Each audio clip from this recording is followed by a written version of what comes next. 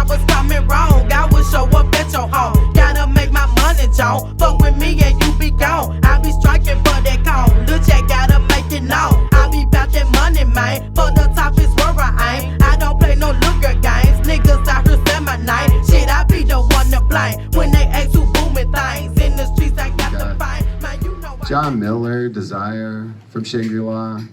Shout out to the Memphis Listening Lab staff. We got Kristen and Meg. Thank you, guys. I don't know. I feel like most of y'all have been in this space, but if you haven't, like, come on. What a space. And they give it to us for free. So support them. You know, just such a asset to the community. Who else? Tommy Wright III, front row. I'm gonna shout out Tommy both as a legend, but also as the guy who kind of made this happen. So thank you, Tommy. He hit us up after the last one. We had a no show, and he was like, "Why the fuck did you not hit me up?" And I said, "Well, that's a good point." So we hit him up for this one, and he helped us get LaChat, the woman of the hour. So yeah, man, we're gonna do a listening party for the, of course, Murder She Spoke, but we're gonna start off with a little Q&A, and yeah, let's get it started. First, my first question is, can I get a yeah ho? Yeah ho. Excellent. My word is You know. yeah. Even better. No, so yeah, just to kick things off, let's start off at the beginning. I just want to know kind of how you first got into hip hop, who your influences were. You know, just start as day one. My biggest influence was MC Light. MC Light, my favorite rapper. I loved her because she was hardcore. She ain't have to show no ass and titties, you know. She ain't have to do nothing but just be raw. And I always thought I could rap since I was in the 3rd grade. My brother, rest in peace, he dead now. We had a Black History Month, and he was like, I was like, I don't got enough for the project. He said, you gonna have a project, you gonna rap. I said, I don't know how to rap. He said, you gonna know how to rap? So he wrote a rap, and he was like, here you gonna learn. I was like, okay, it's about Dr. Martin Luther King. So he wrote it, and I was like, okay. I went to school. They were like, y'all got y'all projects? I was like, first I was nervous. Everybody coming with big poster boards and big everything, big, you know, experiments and stuff. And I'm like, well, I got to rap. They're like, okay. But let us hear it. I'm like, okay. Dr. Martin Luther King, this very day, all the people just love him for what he say, and whatever he say, he says it out loud. His voice, you know, just draws a crowd. See, it all started out not long ago. Dr. Martin Luther King, you was a kid, you didn't know. He had a dream, and his dream came true. He was fighting for the rights for me and you. He got bottles and bricks thrown in his face, but Dr. Martin Luther King never ran away. He's the greatest of the greatest. He's the king of all. Dr. Martin Luther King, standing brave and tall. And then I got a standing ovation. And from that day on, I thought I was a rapper. I didn't think we'd get into civil rights here tonight, but here we are, and I love it. So, of course, I got the Hypnotize Mind shirt, 3-6, you know, just what was that next level up to kind of clicking up with that group? Okay. Well, I used to go all around Memphis and do talent shows and rap at skate rings, and I always was a little underground rapper. And then I ran across a cat named Lil Nord. You already knew Juicy J. And we was going to East Summer School, and he was like, I was like, I can rap it like I can rap too, you know. So we ended up doing a talent show. Of course, he won first place because he was already known. And I won second, and then he was like, you can't rap. I'm gonna get Juicy your number. And my man, I'm like, he gonna get Juicy my number. So one night, it was like midnight. Juicy called me like, hey, what's up? I heard you can rap. I'm like, who's this? Like, this Juicy. Let me hear a song. I'm like, my mama at home? No, he like, oh man, I thought you could rap, man. I thought you wanted to rap. And he hung up. I was like, damn, I missed my chance. Dog. So a little bit later on, he called back. Later on, he was like, hey, how you doing? This is Jordan. So he was a whole different person now. He's like, this Jordan, I heard you can rap. I said, yeah, I can rap. He's like, let me hear something. So I went all the way out the driveway, up the street, around the corner to make sure that I could rap. And I rapped my ass off. And that was that. That was history from there. He pulled up the next day. He had the little recorder that you hit the record and play in the microphone. Right. And put me on his first mixtape. And that could have been like, 1994. How old were you then? I was in my teens. I've been rapping all my life. Yeah. So I was in my teens for sure. For sure. And then after that, I started doing rap music with Wright III. And then, I just been a little chatty since. Exactly. Beautiful.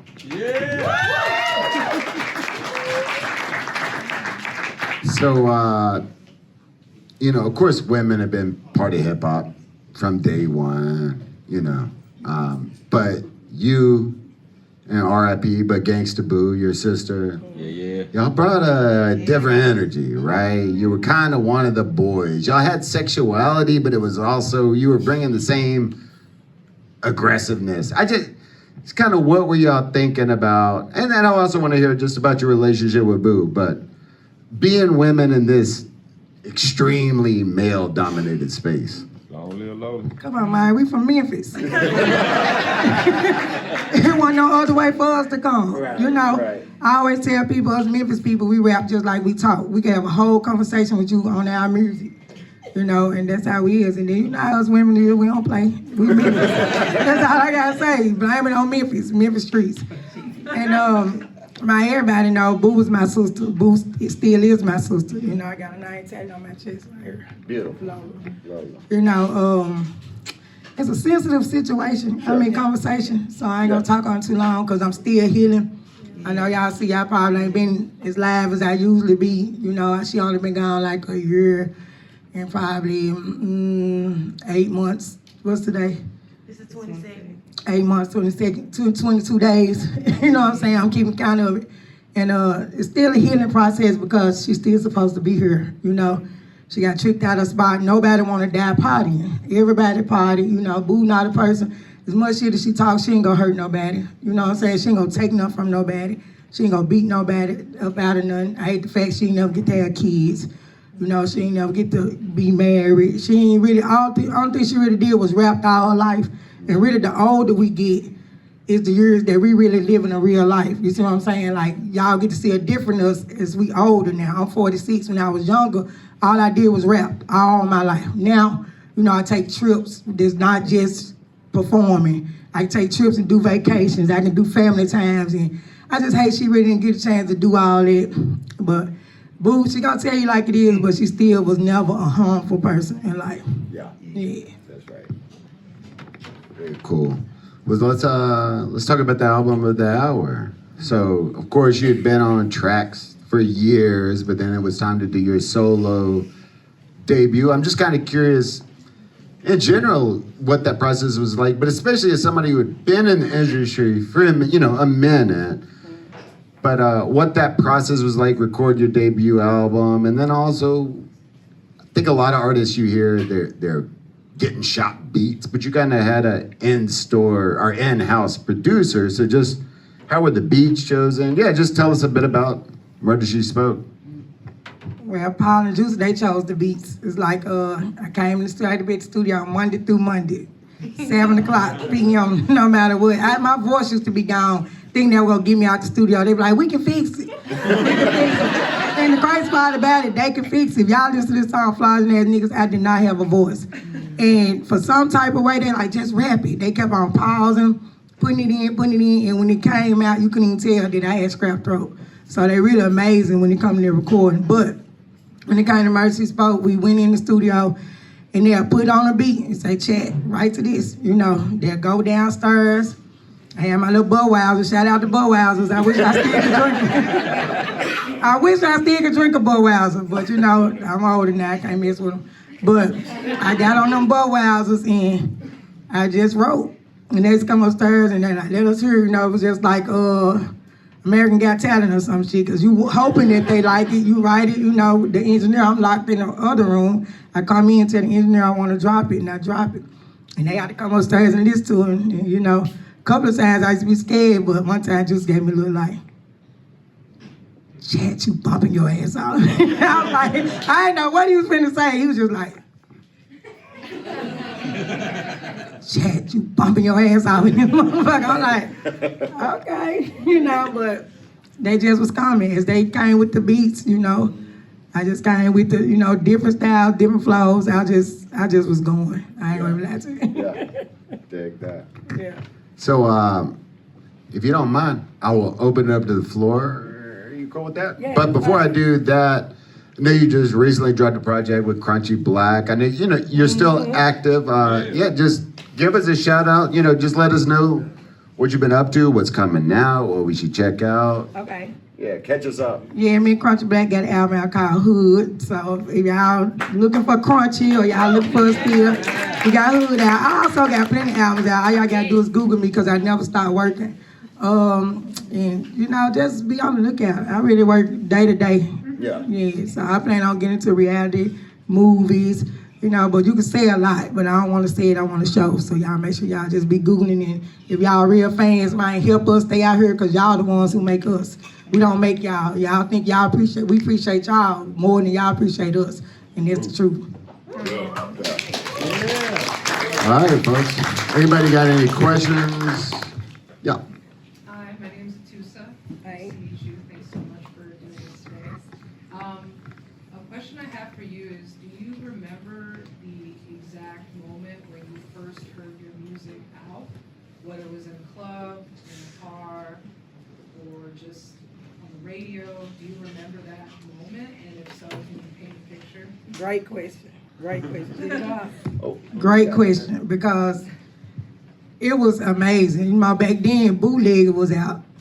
And I was out, then I just had a D&D. Everybody used to be riding around, driving around, getting crunk. And I know I was riding, I'm in the line, and there's, you know, a car pull up, whole bunch of girls jump out. Keep in mind, this like 2 weeks before my CD even supposed to been out, maybe a month or so. But the girl, they don't know me. I'm riding around with my brothers now. They don't know this me in the trucks though. I'm in my little expedition, whatever, we just riding around. And out of nowhere, I just see some girls jump out and they're like, don't sing it, ho. You about to sing it, ho.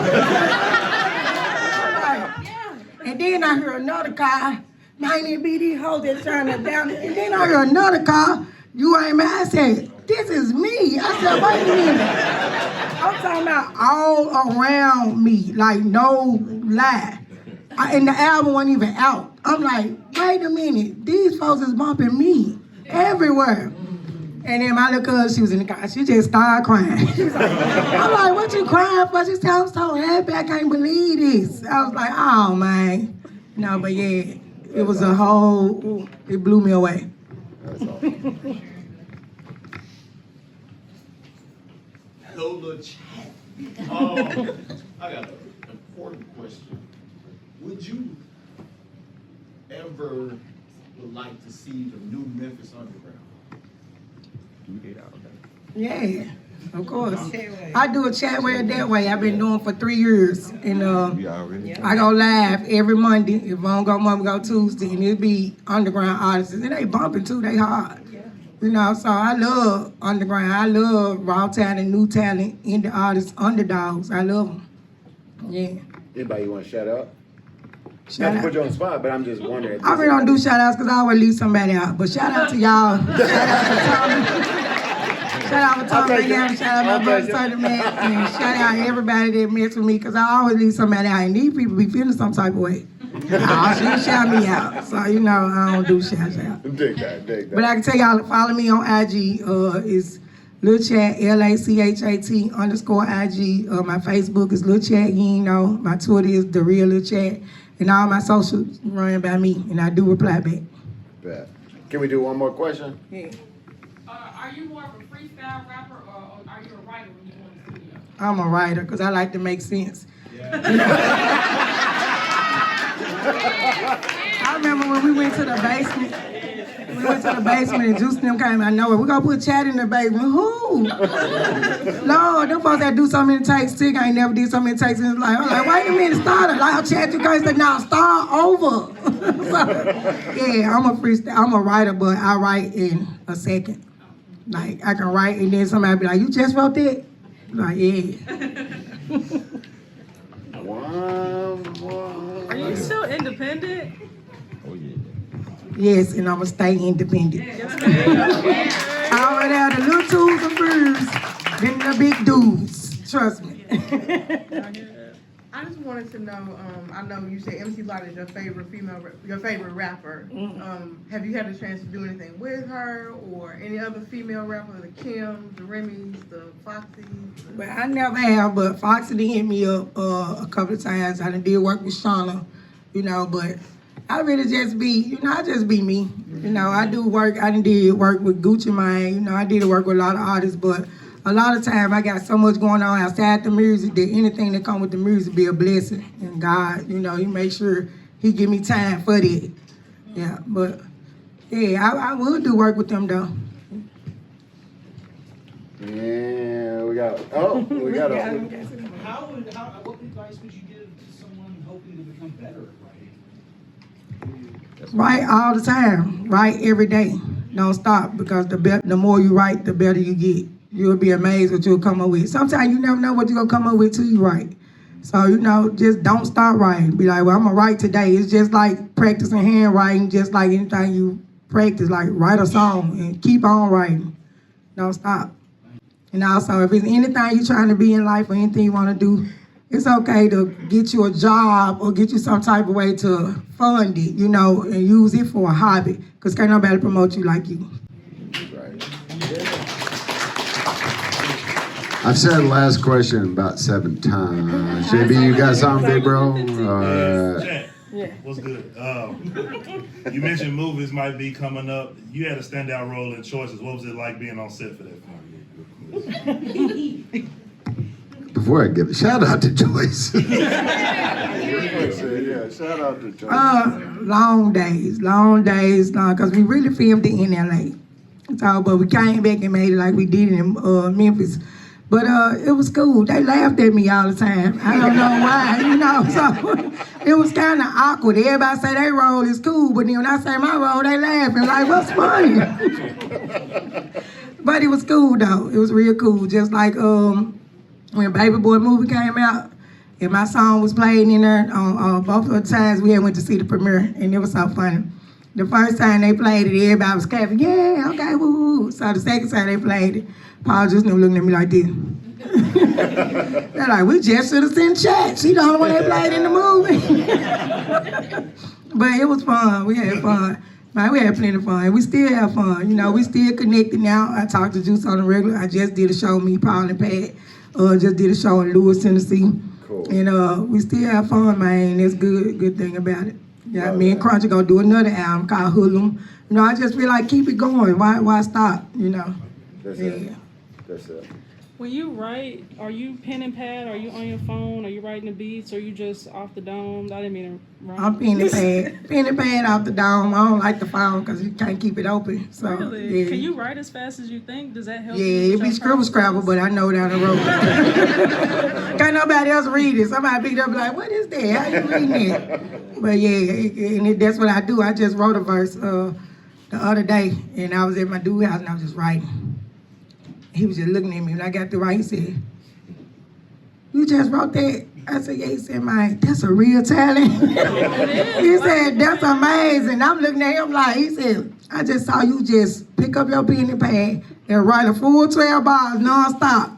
And I said, well, this is what I do. Now, to me, it's nothing because this is what I do, but he ain't never saw me write before, so he just looked up. I look up, he like, that's amazing. And then I said it. He like, then it's bumping. So yeah, I'm pen and pad, but when I hear the beat or when I have my flow, it's on. Yeah. So you still cooking the pork chops and rice? Mine. Hell, man. Big pork chop and rice with the sugar and butter on it. Yeah. How'd the record end up on Koch with Paul and Juicy being in Sony and having a bunch of other kids?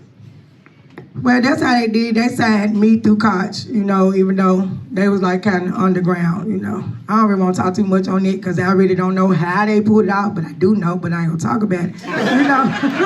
But they pulled it out, you know what I'm saying? So, yeah. All good.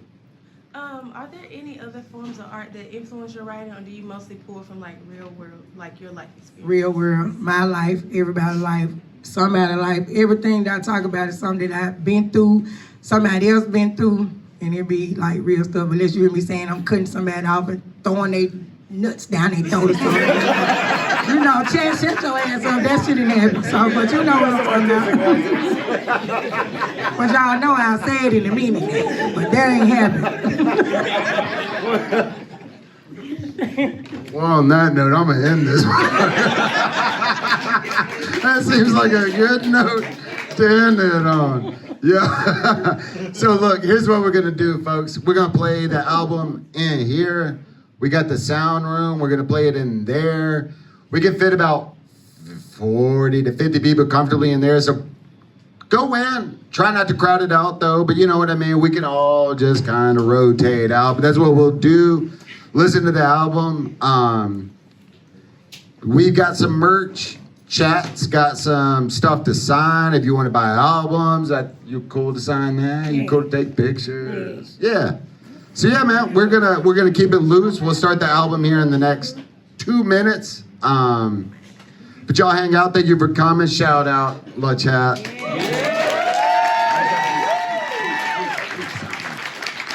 But yeah, like I said, give us just a second. We'll get the music playing, and then yeah, let's just hang out, shake hands, meet each other. We'll get it going. It was him. Okay. All right, I got you. Okay. Did you want to say anything? No. Thank y'all so much, and keep on supporting us, because we Memphis, baby. Thank you, man. Appreciate it.